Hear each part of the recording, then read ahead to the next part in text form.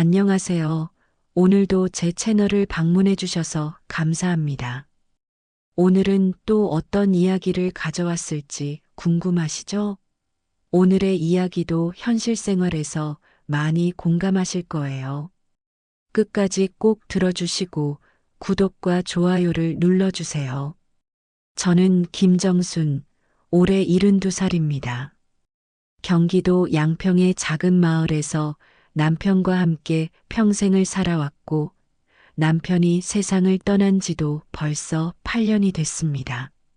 세 딸을 키우느라 고생도 많이 했지만 그래도 자식들이 잘 클 때까지는 행복했습니다. 하지만 요즘은 많이 외롭습니다. 큰딸은 서울에서 직장 생활하느라 바쁘다고 하고 둘째는 시댁 눈치 보느라 친정에 자주 오지 못하고 막내만 가끔 안부 전화를 합니다. 명절에나 한 번씩 얼굴 보는 게 전부예요. 그런데 지난달 정말 뜻밖의 일이 벌어졌습니다. 동네 이장님이 우리 집에 오셔서 이런 말씀을 하시더라고요. 지연이 어머니, 큰일 났어요. 좋은 일로 말이에요. 무슨 일인데요? 어머니네 뒷산 땅이 도로 확장 구간에 걸렸대요. 보상금이 나온다고 하네요. 저는 처음에는 별로 대수롭지 않게 생각했습니다. 시골 산 땅이 얼마나 되겠어요? 기껏해야 몇백만 원 정도일 거라고 생각했거든요. 얼마나 나온다는 거예요? 글쎄요, 정확하지는 않지만 꽤 많이 나올 것 같다고 하던데요. 며칠 후 군청에서 정말로 연락이 왔습니다. 나와서 서류를 확인하라고 하더라고요. 그래서 읍내 버스를 타고 군청에 갔는데 담당 공무원이 보여준 서류를 보는 순간 정말 깜짝 놀랐습니다. 어르신, 여기 확인해 보세요. 토지 보상금이 5억 2천만 원입니다. 5억이라니. 저는 눈을 비비고 또 비벼볼 수밖에 없었습니다. 평생 농사 지으며 한 해에 몇백만 원씩 벌어온 제게 5억이라는 돈은 정말 상상할 수 없는 큰 돈이었거든요. 정말로 5억인가요? 네, 맞습니다. 그 땅이 도로 확장의 핵심 구간이어서 평소보다 보상금이 높게 책정됐어요. 집에 돌아오는 길에 저는 계속 꿈인지 생시인지 헷갈렸습니다. 버스 안에서도 몇 번이나 그 서류를 다시 봤어요. 분명히 제 이름이 적혀 있고 5억 2천만 원이라는 숫자도 그대로 있더라고요. 집에 와서 첫 번째로 든 생각은 아이들에게 알려야겠다는 것이었습니다. 이렇게 좋은 소식을 혼자만 알고 있을 수는 없잖아요. 그런데 동시에 이상한 생각도 들었어요. 과연 아이들이 어떻게 반응할까?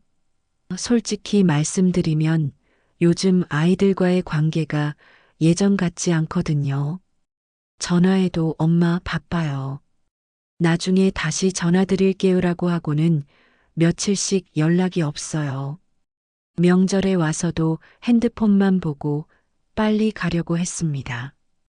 그러던 중에 오래된 서랍을 정리하다가 남편이 돌아가시기 전에 써두신 일기장을 발견했습니다. 마지막 페이지에 이런 글이 적혀 있었어요.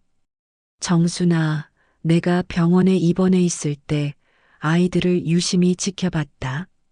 지연이는 와서도 회사 일 때문에 계속 전화 받고 소라는 병원비가 얼마나 드는지 계산하고 은희만 내 손을 잡고 있어줬다. 아이들이 변한 것 같아 마음이 아프다. 옛날에는 그렇지 않았는데 혹시 내가 죽고 나서 내게 큰 돈이라도 생기면 조심해. 돈 앞에서는 사람이 변하거든. 그때 진짜 효자가 누구인지 알 수 있을 거야. 일기를 읽고 나니 가슴이 답답해졌습니다. 남편도 그런 걸 느꼈었구나 싶었어요. 그리고 지금 5억이라는 돈이 생긴 상황에서 정말로 아이들이 어떻게 나올지 궁금해지기 시작했습니다. 그날 밤 잠이 오지 않아서 텔레비전을 켰는데 마침 뉴스에서 이런 내용이 나오더라고요. 최근 부동산 가격 상승으로 상속 문제가 사회적 이슈가 되고 있습니다. 평소 효자로 알려진 자녀들도 유산 문제에서는 갈등을 빚는 경우가 늘고 있습니다. 뉴스 화면에 나온 할머니가 눈물을 흘리며 이런 말씀을 하시더라고요. 자식들이 내가 아픈 건 관심 없고 집이 얼마에 팔릴지만 물어봐요. 정말 서럽습니다. 그 모습을 보니 남일 같지 않았어요. 혹시 우리 아이들도 그런 건 아닐까 하는 생각이 들었거든요. 그러던 중에 동네 김씨 할머니 댁에서 일어난 일이 저에게 큰 충격을 줬습니다. 김씨 할머니는 치매 초기 진단을 받으셨는데 그 소식을 듣자마자 평소에 연락도 잘 안 하던 자식들이 갑자기 매일 찾아오기 시작한 거예요. 엄마 약은 잘 드셨어요? 엄마 통장은 어디 두셨어요? 엄마 도장은 안전한 곳에 보관하고 계시죠? 겉으로는 효도하는 것 같지만 사실은 재산 관리를 자기들이 하려는 거였어요. 김씨 할머니가 저에게 하소연하시더라고요. 정순 씨, 내가 치매라고 하니까 애들이 갑자기들 관심이 많아졌어. 그런데 나를 걱정하는 게 아니라 내 재산을 걱정하는 것 같아. 그 말을 들으니 문득 이런 생각이 들었어요. 만약 내가 치매인 척 해보면 어떨까? 그럼 아이들의 진심을 알 수 있지 않을까? 물론 나쁜 마음은 아니었어요. 정말로 나를 사랑해서 돌봐주는 건지 아니면 5억이라는 돈 때문인지 알고 싶었던 거죠. 며칠 동안 고민하다가 결심했습니다. 치매 초기 증상처럼 연기해 보기로요. 깜빡깜빡하고 같은 말 반복하고 가끔 아이들 이름도 헷갈리는 척 하면서 거울 앞에서 연습을 시작했어요. 여기가 어디지? 아까 뭐 하려고 했더라? 너 누구야? 일은 평생 살면서 이런 연기를 해본 적이 없어서 어색했지만 아이들의 진심을 알기 위해 선은 꼭 필요한 일이라고 생각했어요. 그런데 연습하면서 마음 한편으로는 무서웠어요. 만약 정말로 아이들이 실망스러운 모습을 보인다면 어떻게 해야 할까? 그래도 제가 낳고 기른 자식들인데 설마 진짜 그렇진 않겠지? 하지만 최근에 아이들과의 관계를 돌아보면 이미 많이 멀어진 것 같아요. 큰딸 지연이는 회사에서 승진하느라 바쁘다고 한 달에 한 번 전화할까 말까 하고 둘째 소라는 아이들 교육비며 학원비며 돈 들어갈 일만 생기면 한숨부터 쉬어요. 막내 은희만 그나마 자주 안부를 묻지만 그 아이도 자기 생활에 바빠 보였습니다. 무엇보다 제가 궁금했던 건 이거였어요. 내가 가진 게 아무것도 없을 때와 5억이 있을 때 아이들이 얼마나 다르게 대할까? 예를 들어서 제가 요즘 무릎이 아파서 병원에 가야겠다고 하면 엄마 그런 건 파스 붙이고 며칠 쉬시면 나아져요라고 하거든요. 하지만 5억이 있다는 걸 알면 엄마 큰 병원에 가서 정밀 검사 받으세요라고 할까요? 또 평소에는 엄마 혼자 사시니까 조심하세요라고 하면서도 실제로는 한 달에 한 번 보기도 힘들잖아요. 하지만 5억이 있다는 걸 알면 매주 와서 안부를 확인할까요? 이런저런 생각들을 하다 보니 정말로 시험해보고 싶어졌어요. 물론 아이들을 의심하는 마음은 아니에요. 그냥 궁금한 거였어요. 엄마를 진짜 사랑하는 마음이 얼마나 되는지를요. 드디어 연기를 시작하기로 한 날, 저는 거울 앞에서 마지막 점검을 했어요. 정순아, 이제 시작이야. 아이들의 진심을 확인해 보자. 첫 번째 전화는 큰딸 지연이에게 걸기로 했습니다. 평소에 가장 바빠하는 아이니까 어떻게 반응할지 가장 궁금했거든요. 전화를 들고 지연이 번호를 누르는데 손이 떨렸어요. 이 전화 한 통화로 앞으로 우리 가족에게 어떤 일이 벌어질지 모르니까요. 신호음이 몇 번 울린 후 지연이 목소리가 들렸습니다. 여보세요, 엄마. 지연아, 엄마야. 네, 엄마. 무슨 일이세요? 이제 정말 시작입니다. 5억이라는 비밀과 치매 연기, 그리고 세 딸의 진심을 알아보는 시험. 과연 어떤 결과가 나올까요? 저도 모르게 가슴이 두근거렸습니다. 지연이에게 첫 번째 전화를 걸고 나서 저는 정말 조심스럽게 치매 연기를 시작했습니다. 너무 과하게 하면 이상하게 생각할 것 같고, 너무 자연스럽게 하면 모를 것 같고, 정말 어려웠어요. 지연아, 엄마가 요즘 이상해. 자꾸 깜빡깜빡해. 엄마, 그런 거 나이 들면 다 그래요. 스트레스 받지 마시고 푹 쉬세요. 정말 간단한 대답이었어요. 평소와 별로 다르지 않더라고요. 그래서 조금 더 심각하게 말해봤어요. 지연아, 어제 저녁에 뭘 먹었는지 기억이 안 나더라. 엄마, 그런 건 괜찮아요. 중요한 건 아니잖아요. 엄마, 저 지금 회의 중이라서 나중에 다시 전화 드릴게요. 그리고 뚝 끊어버렸어요. 엄마가 기억을 잃어간다는데 회의가 더 중요한 건가요? 2시간 후에 지연이에게서 문자가 왔습니다. 엄마, 아까는 정말 바빴어요. 요즘 승진 심사 기간이라 정신없네요. 건강하게 지내세요. 그날 밤에 둘째 소라에게 전화를 걸어봤어요. 소라야, 엄마야. 네, 엄마. 그런데 잠깐만요. 애들 숙제 봐주고 있거든요. 소라야, 엄마가 요즘 자꾸 깜빡해. 오늘 아침에 가스 끄는 걸 깜빡했나 봐. 엄마, 가스요?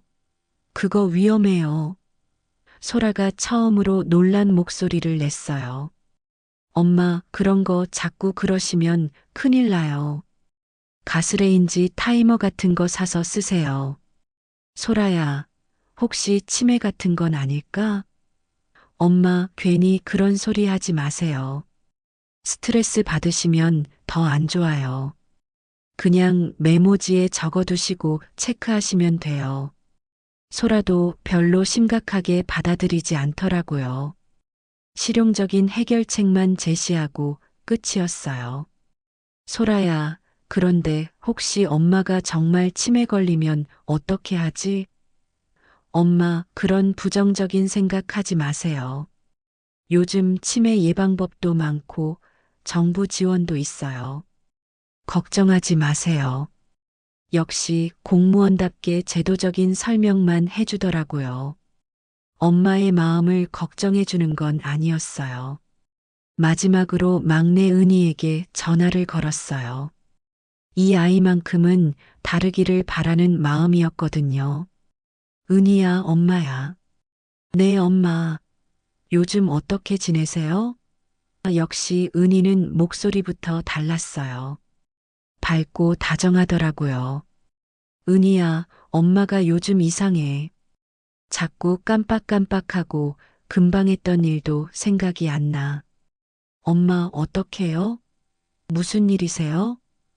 어제 밥 먹었는지도 기억 안 나고 약 먹었는지도 생각이 안 나, 엄마. 그거 위험해요. 지금 어디 계세요? 은희가 정말 걱정하는 목소리였어요. 집에 있어. 엄마, 제가 지금 바로 갈게요. 움직이지 마세요. 정말로 1시간 후에 은희가 헐레벌떡 뛰어왔어요. 손에는 비타민과 영양제, 그리고 따뜻한 죽까지 들고 말이에요. 엄마, 괜찮으세요? 어디 아프신 데는 없으세요? 숨을 헐떡이면서도 제 이마에 손을 대보고 약 먹었는지 확인하고 정말 진심으로 걱정해 주는 것 같았어요. 하지만 저는 계속 연기를 해야 했어요. 너 누구야? 우리 집에 왜 왔어? 은희 눈에서 눈물이 핑 돌았어요. 엄마, 저 은희예요. 막내딸 은희, 정말 기억 안 나세요? 그 모습을 보니 제 마음도 아팠어요. 하지만 끝까지 확인해 보고 싶었거든요. 그날부터 일주일 동안 세 딸의 반응을 지켜봤는데 정말 차이가 났어요. 큰딸 지연이는 하루에 한 번씩 안부 문자를 보내긴 했지만 그게 전부였어요.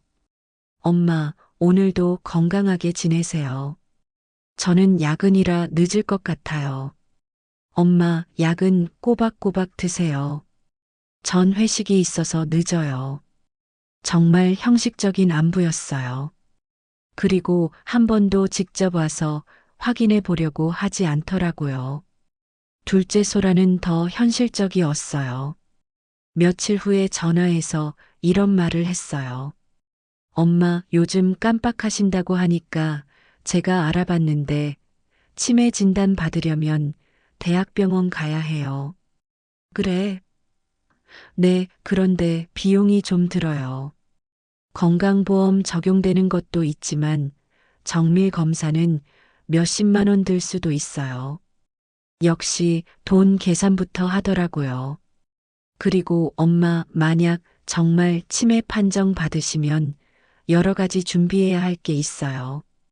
무슨 준비? 후견인 지정이나 재산 관리 같은 거요. 미리미리 정리해 두시는 게 좋아요. 벌써 재산 관리 얘기가 나오네요. 엄마 혹시 예금 통장이나 중요한 서류들은 어디 보관하고 계세요? 왜? 나중에 제가 관리해야 할 수도 있으니까 미리 알아두면 좋잖아요. 소라는 정말 체계적이었어요. 하지만 엄마의 마음보다는 절차와 관리에만 관심이 있는 것 같았어요. 반면에 은희는 정말 달랐어요.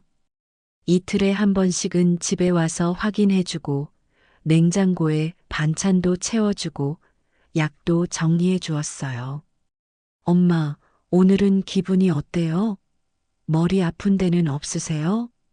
엄마 밤에 잠은 잘 주무세요? 혹시 무서운 꿈 꾸시는 건 아니죠? 정말 세심하게 챙겨주더라고요. 하지만 며칠 후에 은희도 예상치 못한 말을 했어요. 엄마, 사실 제가 요즘 고민이 있어요. 무슨 고민? 카페 임대료가 너무 올라서 장사도 잘 안 되고 정말 힘들어요. 은희가 눈물을 글썽이며 말했어요. 그래서 엄마, 혹시 도와주실 수 있나요? 얼마나 필요한데? 1,000만 원만. 아니, 500만 원만이라도. 그때 저는 깨달았어요. 은희도 결국 돈이 필요해서 자주 와주는 건 아닐까 하는 생각이 들었거든요. 은희야, 엄마 돈 별로 없어. 아, 그렇구나. 죄송해요, 엄마. 괜히 그런 말씀 드렸네요. 그런데 신기한 건 제가 도와줄 수 없다고 하니까 은희가 실망하긴 했지만 그래도 계속 와서 돌봐줬어요. 엄마, 괜찮아요. 제가 알아서 할게요. 엄마는 건강만 챙기세요. 그 모습을 보면서 저는 복잡한 기분이었어요. 은희만은 진심인 것 같은데 그래도 완전히 순수한 마음만은 아닌 것 같았어요. 그러던 중에 정말 충격적인 일이 벌어졌어요. 동네 박씨 아저씨가 우리 집에 오셔서 이런 말씀을 하시는 거예요. 정순 씨, 요즘 따님들이 동네에서 뭔가 알아보고 다니던데요? 뭘 알아봐요? 정순 씨 땅 얘기 말이에요. 보상금 얼마나 나오는지, 정말 놀랐어요. 아이들이 벌써 제 땅에 대해서 알아보고 있었다는 거잖아요. 누가 그러던가요?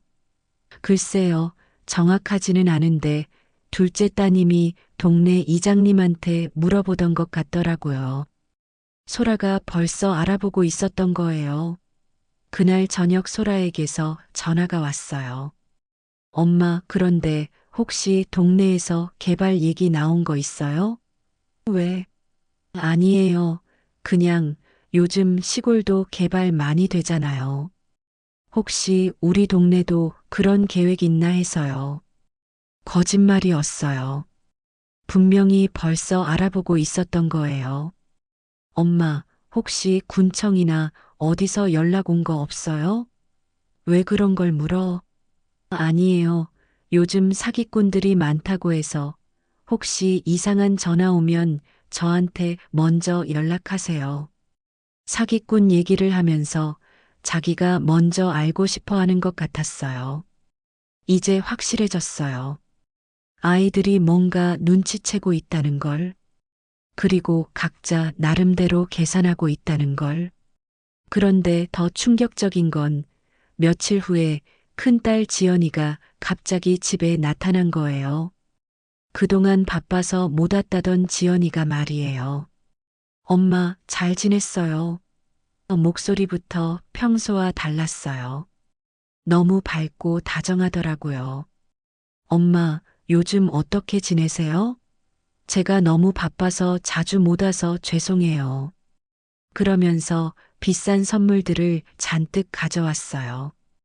고급 한우, 인삼, 건강식품 등등. 엄마, 이거 다 드세요. 건강에 좋다고 해서 특별히 주문한 거예요. 평소 같으면 엄마 건강하게 지내세요라고 문자 하나 보내고 끝이었는데 갑자기 이렇게 변했어요. 과연 아이들이 뭘 알고 있는 걸까요? 그리고 5억이라는 돈 앞에서 정말로 어떻게 변할까요? 지연이가 갑자기 비싼 선물들을 들고 나타난 후 저는 이제 정말로 5억 이야기를 꺼낼 때가 왔다고 생각했습니다. 아이들이 뭔가 눈치채고 있는 것 같으니 직접 말해서 반응을 보고 싶었거든요. 그날 저녁 세 딸을 모두 불렀습니다. 지연이는 바쁜데 왜 갑자기 모이냐고 투덜댔지만 엄마가 치매 증상이 있다고 하니까 어쩔 수 없이 왔어요. 얘들아, 엄마가 중요한 얘기가 있어서 불렀어. 세 딸이 조용히 앉아서 저를 바라봤어요. 사실 엄마한테 좋은 일이 생겼어. 무슨 좋은 일이요? 소라가 물었어요. 저는 서랍에서 보상금 통지서를 꺼냈습니다. 며칠 전에 받은 그 서류 말이에요. 뒷산 땅에 서보상금이 나온대. 보상금이요? 지연이가 눈을 번쩍 뜨며 몸을 앞으로 내밀었어요. 얼마나 나오는데요? 제가 서류를 테이블 위에 놓는 순간 세 딸의 표정이 완전히 바뀌었습니다. 5억 2천만 원? 5억? 지연이가 제일 먼저 반응했어요. 목소리가 떨리더라고요. 엄마, 정말이에요? 진짜 5억이에요? 소라가 서류를 집어들고 자세히 보기 시작했어요. 엄마, 이거 진짜 공식 서류네요. 정말 5억이에요. 은희도 놀란 표정이었지만 언니들보다는 차분했어요. 엄마, 정말 다행이에요. 이제 편하게 사실 수 있겠네요. 그런데 바로 그 순간부터 정말 극적인 변화가 시작됐습니다. 지연이가 갑자기 제 손을 잡더니 말했어요. 엄마, 제가 정말 잘못했어요. 그동안 너무 바빠서 엄마를 소홀히 했네요. 목소리에 눈물까지 섞여 있었어요. 방금 전까지만 해도 바쁜데 왜 갑자기 모이냐던 사람이었는데 말이에요. 엄마, 앞으로는 매일 안부 전화 드릴게요. 아니, 매일 와서 뵐게요. 소라도 지지 않으려고 했어요. 엄마, 저도 그동안 정말 죄송했어요. 앞으로는 제가 체계적으로 엄마를 모실게요. 그러면서 소라가 핸드폰을 꺼내서 뭔가 검색하기 시작했어요. 엄마, 이런 큰 돈은 세금 문제도 있고 관리도 잘해야 해요. 제가 공무원이니까 모든 걸 도와드릴게요. 벌써 돈 관리 이야기가 나오네요. 그리고 엄마, 혼자 여기 계시면 위험해요. 저희 집으로 모시고 갈까요? 지연이가 끼어들었어요. 아니야, 소라야. 엄마는 서울로 오셔야 해요. 제가 강남에 좋은 아파트 알아볼게요. 언니, 서울은 너무 복잡해요. 저희 동네가 조용하고 좋아요.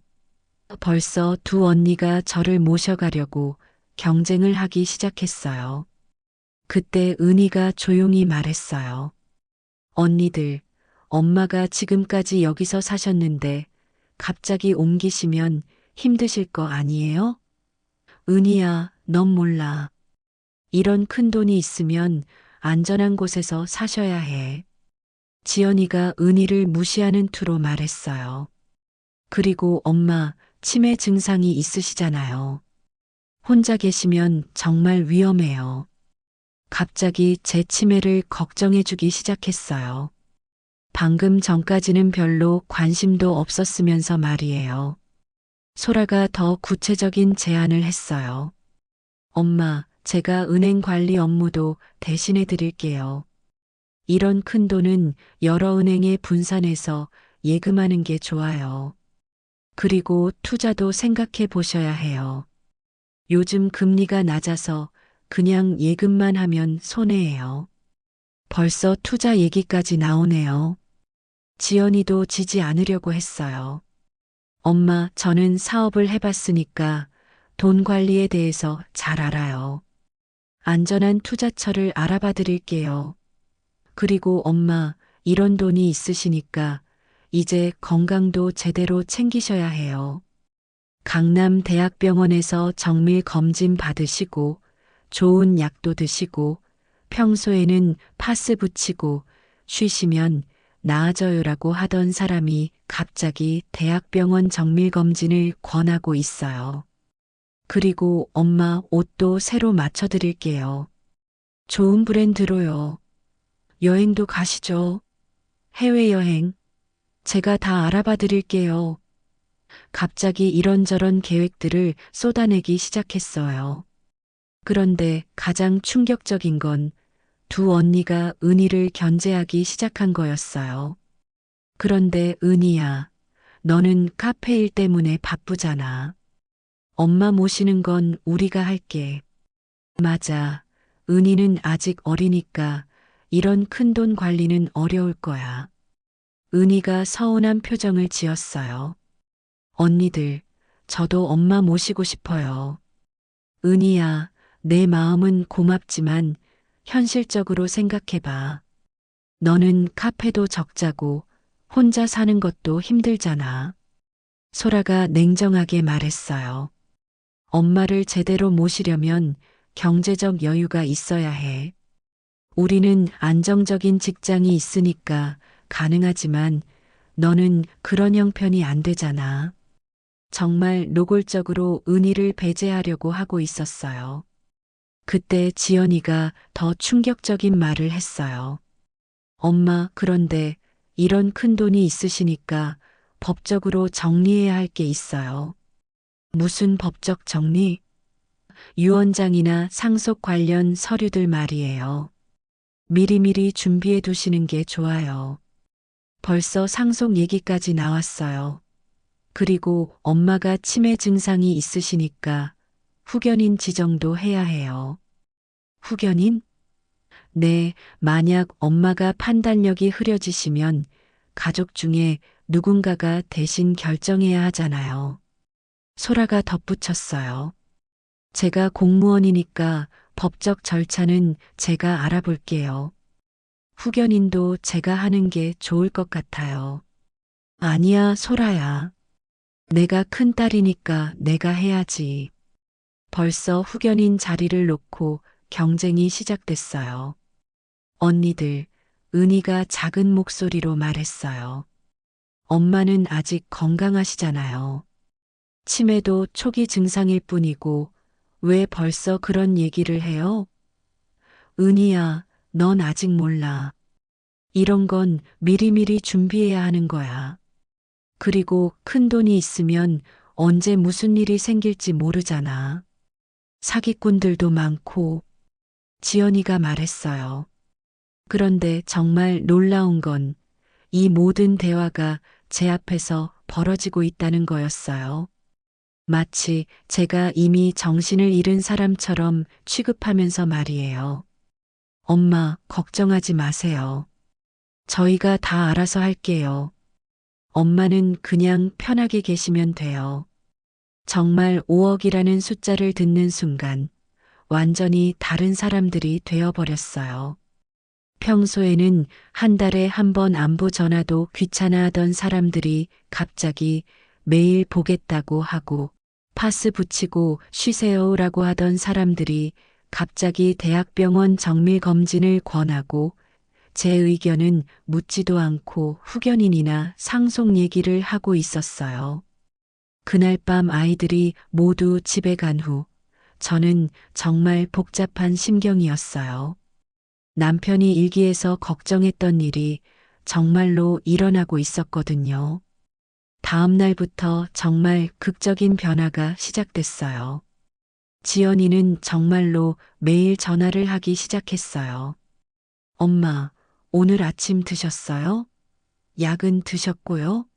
몸은 어떠세요? 하루에 두세 번씩 전화하더라고요. 소라는 각종 서류들을 가져와서 설명해 주기 시작했어요. 엄마, 이거 후견인 지정 서류예요. 여기 사인만 해주시면 돼요.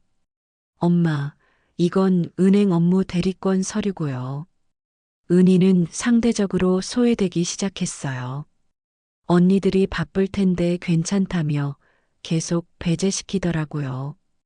그런데 며칠 후 정말 충격적인 일이 벌어졌어요.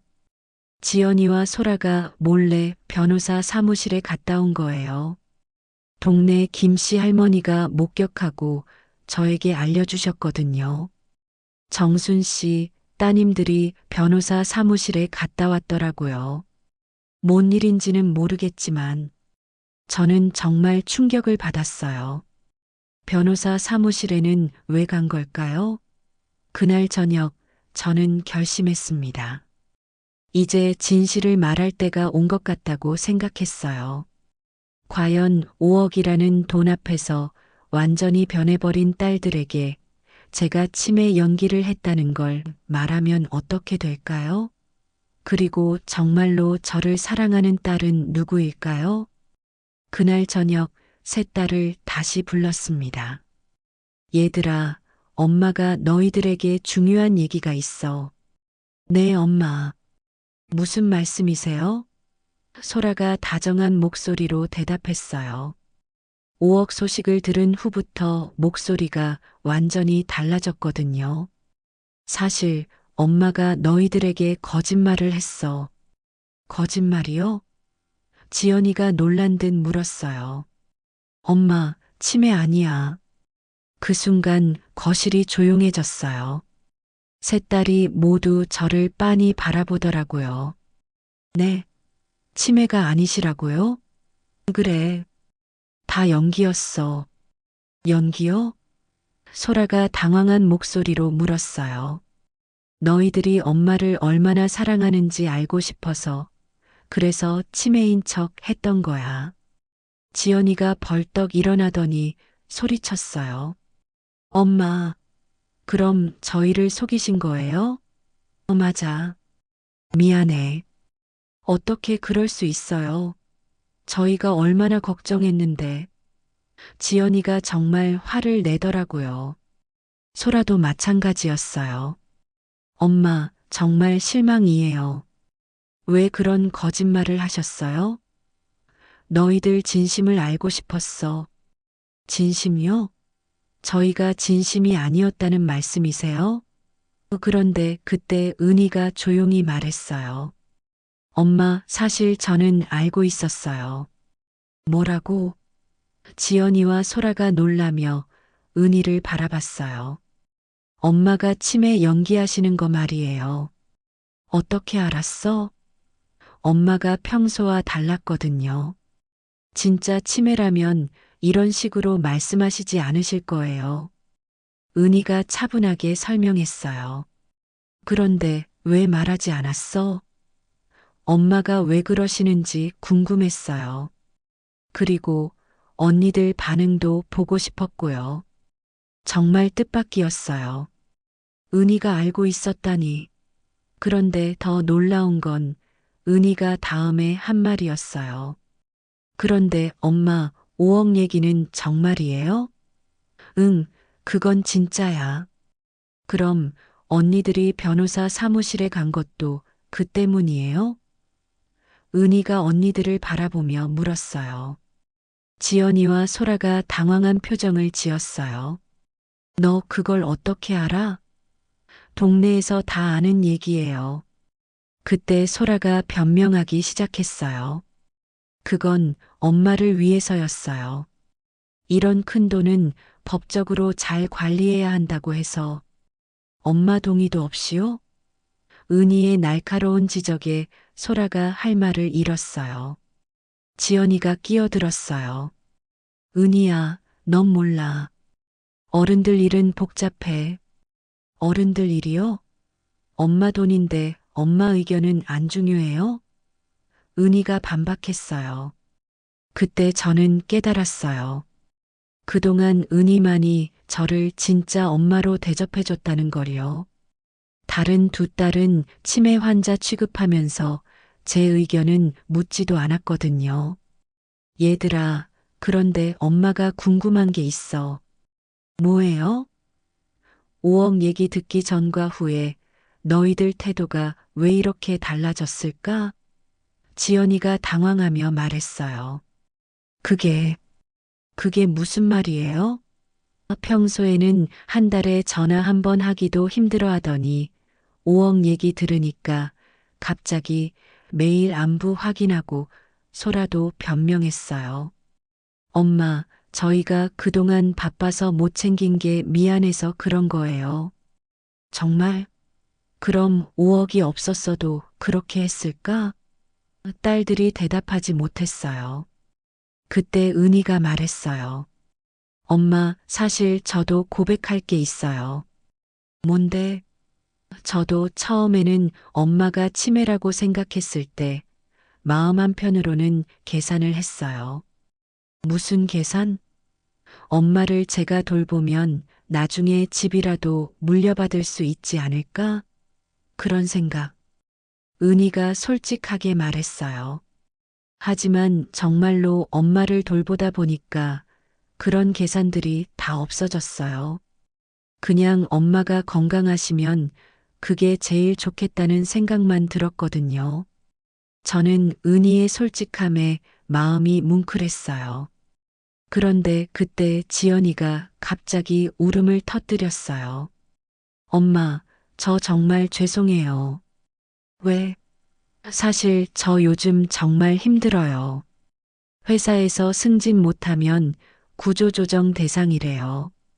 그래서 스트레스 받아서 엄마한테 짜증도 내고 지연이가 진짜 속마음을 털어놨어요. 그런데 5억 얘기 들으니까 갑자기 마음이 편해졌어요. 이제 엄마한테 의지해도 되겠다 하는 생각이 들어서 그랬어요. 그래서 갑자기 태도가 바뀐 거야? 네, 정말 죄송해요. 제가 너무 이기적이었어요. 소라도 고백했어요. 저도 마찬가지예요. 아이들 교육비며 생활비며 공무원 월급으로는 빠듯해서 항상 돈 걱정만 하고 살았어요. 그래서 엄마 돈 관리를 하겠다고 한 거야? 네, 솔직히 말하면 저희 집 생활비에도 도움이 될까 하는 마음이 있었어요. 두 딸이 모두 솔직하게 인정했어요. 그런데 그때 정말 예상치 못한 일이 벌어졌습니다. 은희가 갑자기 서류 봉투를 꺼내는 거예요. 엄마, 사실 제가 드릴 말씀이 있어요. 뭔데? 이거 보세요. 은희가 내민 서류를 보니 부동산 등기부등본이었어요. 이게 뭐야? 엄마 딱 말이에요. 제가 자세히 알아봤어요. 은희가 설명하기 시작했어요. 엄마가 받으신 5억 보상금 말고도 다른 땅이 더 있어요. 다른 땅?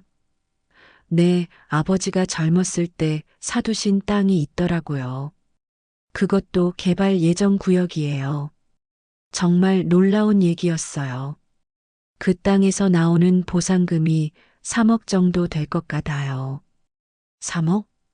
지연이와 소라가 동시에 소리쳤어요. 그럼 총 8억이라는 거야? 네, 그런데 그 땅은 아직 아무도 모르고 저만 알고 있어요. 너는 어떻게 알았어? 제가 아버지 유품 정리할 때 발견했거든요. 그런데 그때는 별로 중요하지 않은 줄 알았는데 요즘 개발 소식 듣고 알아보니까 은희가 계속 설명했어요. 그런데 엄마, 저는 이 돈에 대해서 생각해 본 게 있어요. 뭔데? 이 돈 때문에 우리 가족이 싸우는 건 아버지가 원하시는 일이 아닐 것 같아요. 은희가 진지하게 말했어요. 그래서 제가 제안하고 싶은 게 있어요. 무슨 제안? 8억을 그냥 셋이 나눠 가지지 말고 엄마를 위해서 쓰면 어떨까요? 엄마를 위해서? 네, 엄마 건강관리비, 여행비, 용돈, 그리고 나머지는 엄마가 하고 싶으신 일에 쓰시고요. 정말 뜻밖의 제안이었어요. 지연이가 당황하며 물었어요. 그럼 우리는 엄마를 모시면서 행복하게 살면 되잖아요. 돈보다 더 중요한 게 가족 아니에요? 은희의 말에 두 언니가 할 말을 잃었어요. 그런데 그때 소라가 예상 밖의 반응을 보였어요. 은희야, 내 말이 맞는 것 같아. 언니, 나도 그동안 돈 때문에 너무 스트레스 받으면서 살았어. 엄마보다 돈이 우선이 되었던 것 같아. 지연이도 고개를 끄덕였어요. 나도 그동안 너무 이기적이었어. 엄마한테 효도는 생각 안 하고 받을 것만 생각했네. 그날 밤, 세 딸과 저는 정말 오랫동안 진솔한 대화를 나눴습니다. 서로의 진심을, 고민을, 사랑을. 그리고 놀랍게도 8억이라는 큰 돈 앞에서 오히려 우리 가족이 더 가까워졌어요. 과연 이런 변화가 진짜일까요? 아니면 또 다른 계산이 숨어 있는 걸까요? 은희가 8억을 가족을 위해 쓰자고 제안한 후 우리 가족에게는 정말 큰 변화가 시작됐습니다. 하지만 그 변화가 진짜인지 확인하기 위해서 저는 마지막으로 한 가지 시험을 더 해보기로 했어요. 며칠 후 저는 세 딸에게 이런 말을 했습니다. 얘들아, 엄마가 결정한 게 있어. 무슨 결정이세요? 8억 다 기부할 거야. 세 딸이 깜짝 놀라며 저를 바라봤어요. 기부요? 응. 동네에 독거노인들 많잖아. 그분들을 위해서 쓸 거야. 지연이가 당황하며 말했어요. 엄마, 그건 너무 왜? 안 돼? 잠깐의 침묵이 흘렀습니다. 그런데 예상과 달리 은희가 먼저 대답했어요. 엄마 마음이시면 그렇게 하세요. 은희야, 정말? 네. 어차피 그동안 없이 살았던 돈이잖아요. 엄마가 좋은 일에 쓰시는 게 아버지도 좋아하실 거예요. 그 말을 듣고 지연이도 고개를 끄덕였어요. 엄마, 저도 찬성해요. 그동안 제가 너무 돈에만 매달렸었네요. 소라도 마찬가지였어요. 엄마, 그럼 저희가 더 열심히 모셔야겠네요. 돈에 의지하지 말고 진짜 효도로요. 그 순간 저는 정말 뭉클했어요. 진짜 시험은 이거였거든요. 돈이 없어도 저를 사랑할 수 있는지. 얘들아, 농담이야.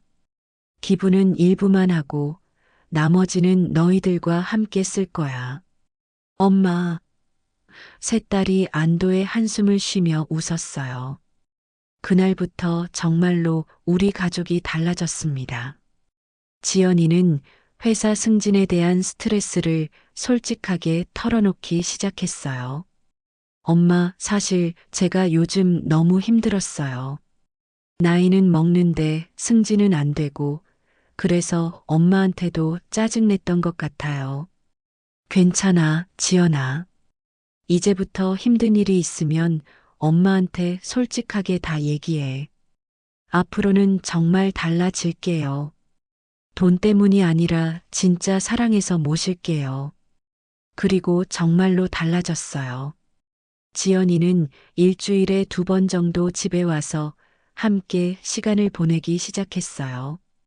예전처럼 급하게 가려고 하지 않고 진짜로 안부를 묻고 대화를 나누더라고요. 엄마, 오늘 기분은 어때요?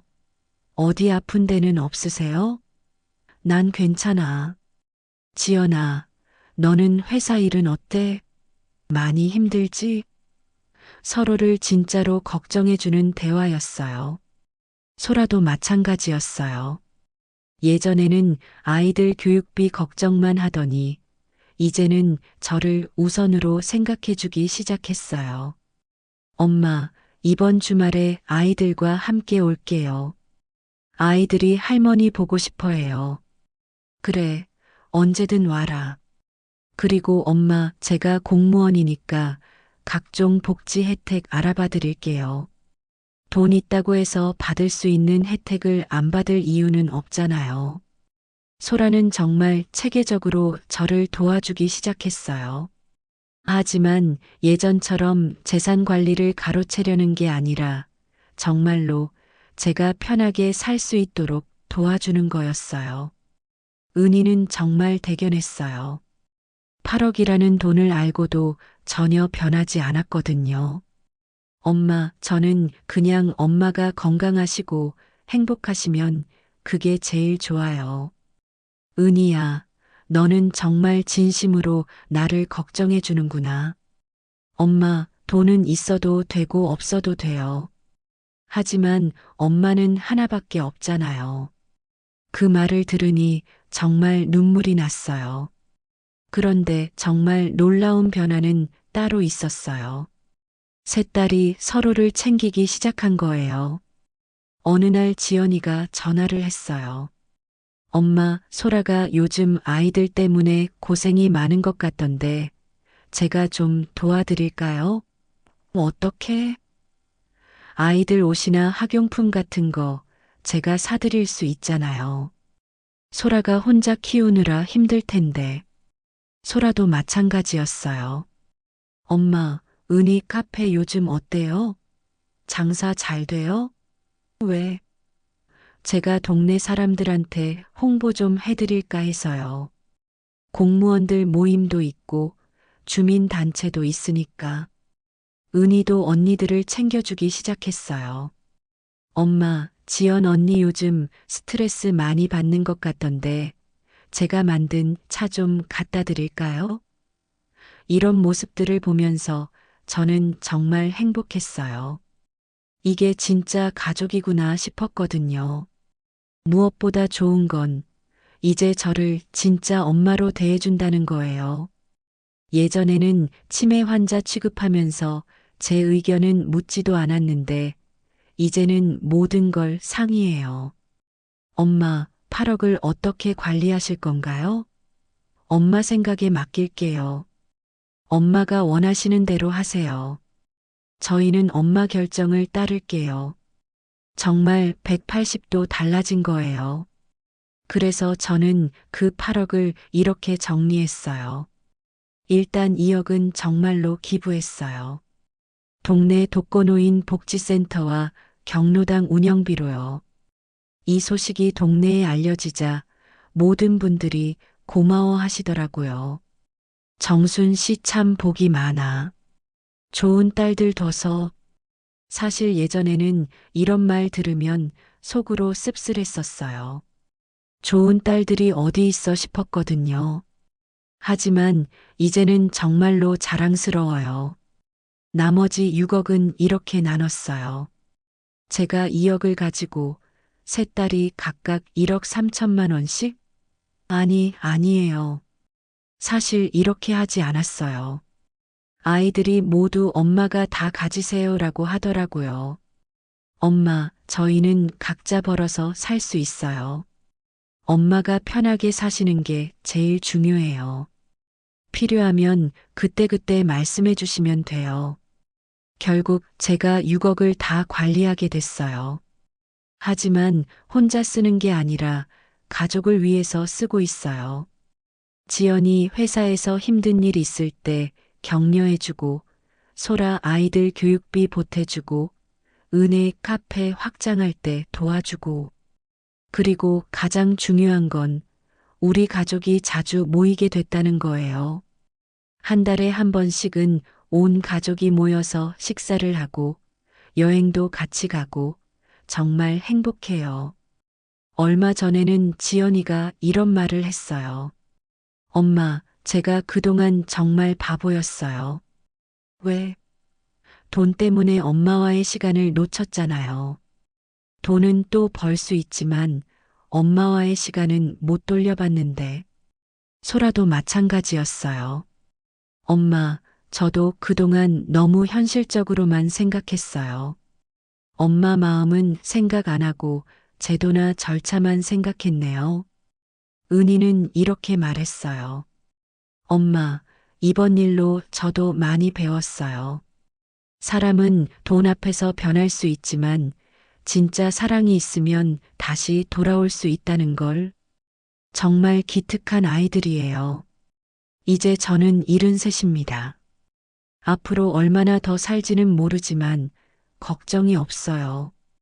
진짜 가족이 무엇인지 알았고 새 딸과 진심으로 소통할 수 있게 됐으니까요.